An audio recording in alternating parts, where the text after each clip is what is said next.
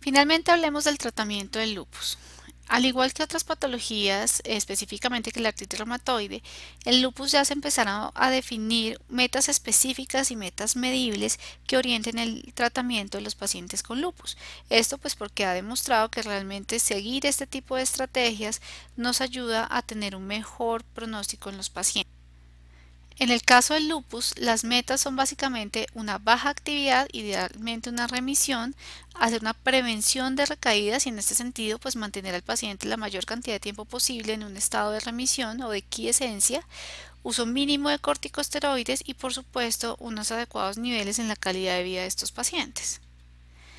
En general, todo paciente con lupus siempre debe tener uno protector solar. Es fundamental, está demostrado y ustedes han visto que la radiación UV realmente incide en la actividad y en la recaída de la enfermedad por cuanto genera una actividad de los queratinocitos a nivel de la piel. Los antimaláricos, todo paciente, como siempre le digo a los estudiantes, a los residentes, lupus diagnosticado es igual a antimalárico formulado. Realmente los antimaláricos han demostrado que permiten mantener al paciente por mayor tiempo libre de recaídas y que generan a largo plazo una mejoría en las cifras de morbilidad y mortalidad de estos pacientes. Llámese cloroquina o hidroxicloroquina, cualquiera de los dos es válido utilizar en los pacientes con lupus. Dependiendo obviamente de la manifestación, cambia el abordaje terapéutico. De forma general, todos los pacientes siempre, repito e insisto, deben tener protección solar, antimalárico. Debemos revisar el estado de inmunización de estos pacientes, recordar que las vacunas por virus vivos atenuados en estos pacientes están contraindicadas y esto hay que tenerlo muy en cuenta, sobre todo ahora que para cualquier viaje están exigiendo en los aeropuertos vacunas contra la fiebre amarilla. Tener en cuenta el riesgo cardiovascular de estos pacientes y hacer un estudio de acuerdo a eso, de acuerdo a la edad, perfil lipídico, glicemia, etcétera, y la parte de anticoncepción. Este es un tema que es bastante importante en estos pacientes, no solo porque dependiendo del medicamento que estén utilizando puede generar riesgos para el embarazo, sino porque además el embarazo per se en la paciente con lupus debe tener unas connotaciones diferentes que ya vamos a mirar. En el caso del lupus cutáneo, del lupus musculoesquelético, que son las manifestaciones que con más probabilidad ustedes van a encontrar y van a tener que manejar como médicos no reumatólogos, el antimalárico, si ustedes se fijan, está en primera línea. El antimalárico nos ayuda a controlar muy bien las lesiones en piel, las lesiones musculoesqueléticas, tanto mialgias como artritis o artralgias, y otros medicamentos de IMARS como el metrotexate también y la satioprina tienen cabida como terapias también de primera y segunda línea en estos pacientes. Las otras patologías y compromisos de otros órganos pues ya tendrán una connotación y un tratamiento diferente que se sale del espectro de la revisión que nos interesa en este momento y obviamente muchos pacientes vamos a terminar incluso con digamos con diferentes indicaciones de manejo con citotóxicos, bien sea con ciclofosfamida o también gamma globulina, biológicos, en fin, dependiendo de la patología que como tal ya presenten. El seguimiento de estos pacientes ustedes lo van a hacer seguramente como médicos no reumatólogos. El tratamiento, digamos, de la patología como tal que vimos previamente, usualmente la piel y la parte musculoesquelética es la que ustedes van a manejar. Ya el compromiso visceral usualmente requiere manejo especializado, sobre todo en niveles de tercer nivel de atención o más. En el caso del seguimiento, sí es importante que ustedes sepan qué tipo de seguimiento y cómo debe hacerse a los pacientes. En el caso de la respuesta clínica, obviamente cada vez que ustedes vean al paciente hay que hacerle una historia clínica completa, ya que es fundamental porque es la única forma de determinar si el paciente está presentando o va a presentar una recaída y el tipo de recaída que va a presentar. No hay forma de hacer un diagnóstico solamente por laboratorios. Aquí la historia clínica es clave. Igualmente, a mi paciente tengo que hacerle complemento, niveles de complemento y anti-DNA de forma periódica. ¿Cada cuánto es esto? ¿Cada cuánto es la historia clínica? ¿Cada cuánto se debe valorar el paciente? ¿O cada cuánto debe pedirle anti-DNA o complemento? Pues miren, este periodo depende realmente es de cómo esté el paciente. Si yo tengo un paciente que acaba de estar en un periodo de actividad lúpica, seguramente tengo que hacerle un seguimiento estricto. cada 6 semanas, cada 3 meses máximo, y en ese tiempo hay que pedirle anti-DNA y complemento de control adicional a los otros paraclínicos. Si mi paciente está en remisión y lleva en remisión un tiempo, probablemente con que yo lo vea cada 6 meses puede ser suficiente, y con que le haga anti-DNA y complemento 1 o 2 veces al año está bien. Esto dependerá, repito, del estado en el que se encuentre nuestro paciente. A estos pacientes obviamente hay que monitorearlos también con cuadro hemático para verificar actividad hematológica del lupus, pero también para verificar efectos secundarios de uso de medicamentos como metrotexate, como azatioprina o micofenolato. Hay que hacerles parcial de orina y orina en 24 horas, igual dependerá la frecuencia. Parcial de orina por lo menos si cada vez que lo vea, pero ya la orina 24 horas pues dependerá del tipo de actividad o del estado en el que esté mi paciente.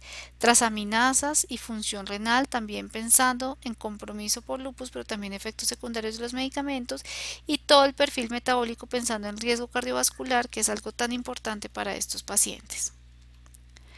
Los efectos secundarios, entonces igual tengo que estar monitorizándolos también por los efectos derivados de los medicamentos que utilizamos en los pacientes con lupus. ¿Qué pasa en el embarazo? Realmente uno ve mucho que a las pacientes se les dice de forma errónea: mire, usted tiene lupus, olvídese de ser mamá, olvídese de tener hijos, ¿sí? A veces lo dicen para otras enfermedades también, pero para lupus es lo que más notorio es, y realmente, pues realmente es una tristeza porque eso no es cierto, ¿sí? Indiscutiblemente, el embarazo sí activa la enfermedad, y en ese sentido no significa que pues la paciente no se pueda embarazar ni se va a embarazar, sino que el embarazo debe ser autorizado por el reumatólogo porque debe tener unas condiciones claras.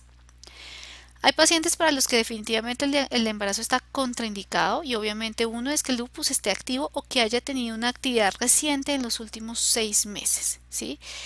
Esa paciente no se puede embarazar, se esperará a que el lupus se controle de forma adecuada y que tenga por lo menos un periodo libre de enfermedad, idealmente mayor a 6 meses.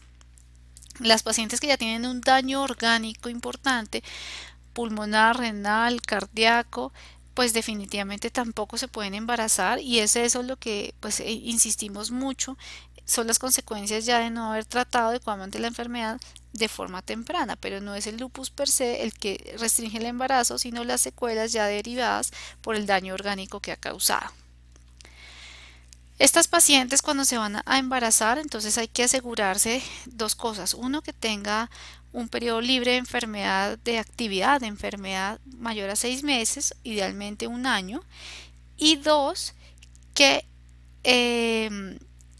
estén con antimalárico y que no se les vaya a suspender el antimalárico. Y esto es algo fundamental porque muchas veces les dicen: listo, embarácese, les quitan el antimalárico, y son las pacientes que se reactivan durante el periodo de la maternidad, y terminan pues estas mamás gestantes con complicaciones, bien sea ellas mismas o con mortalidades pues fetales, maternas o perinatales. El antimalárico que se debe utilizar durante el embarazo es la hidroxicloroquina. Si el paciente está con cloroquina, debo pasarlo a hidroxicloroquina, y eso es importante tenerlo en cuenta. Es importante recalcarle a la paciente que, a pesar de que en la caja dice que no se debe usar en embarazo, se puede usar y es seguro. Por eso les digo que esta es una decisión que debe ser tomada en conjunto con la paciente, en el reumatólogo y la paciente, porque se debe hablar ampliamente de todas las complicaciones que pueden suceder, y darle mucha seguridad a la mamá. Otro aspecto que es importante y que deben recordar es tener en cuenta los niveles del Rho y La. Recuerden que el Rho y La, si está presente en la madre, es probable que vayan a pasar la barrera fetoplacentaria, y estos anticuerpos en el bebé, en la circulación fetal, pueden producir complicaciones por lupus neonatal, y eso también es otra cosa que hay que tener en cuenta durante el embarazo de las pacientes. Ya para finalizar, entonces recuerden que el lupus es una enfermedad sobre todo de mujeres jóvenes y entre más joven, más severo, pero no por esto descuidemos a los hombres porque en ellos la enfermedad es más agresiva, ni a los ancianos porque en ellos la enfermedad se presenta y es un poco más indolente, por lo cual si uno no la piensa, puede pasar mucho más tiempo en realizarse el diagnóstico. Nunca esperar a cumplir los criterios SLIC para hacer el diagnóstico. Los criterios son clasificatorios y el diagnóstico que nosotros hacemos siempre es clínico. La clave diagnóstica es la sospecha. Para el seguimiento solo anti-DNA y complemento. Los ANA se piden una vez en la vida, una sola vez en la vida. No es necesario volverlos al solicitar. Si suben, si bajan, si se vuelven negativos, no nos va a cambiar ni el diagnóstico ni la conducta. El anti-DNA y el complemento sí pueden variar en el tiempo y sí se pueden asociar a actividad o remisión del lupus. Siempre conocer anti-RO y la en embarazo, por lo que ya hemos hablado. Siempre formularles a las pacientes con lupus protector solar y antimalárico. Y recuerden que el lupus no es igual a esteroide. Y si ustedes se fijan, a lo largo del tratamiento lo que hicimos énfasis fue en los antimaláricos en todos los pacientes, no prednisolona, por favor. Los médicos en general tienden a diagnosticar lupus y ponerles inmediatamente prednisolona y esto no es cierto. La prednisolona es un muy buen medicamento que se utiliza en ciertas indicaciones claras, que es específicamente en los compromisos orgánicos en periodos de actividad, y la idea es rápidamente poderlos destetar y en lo posible suspender.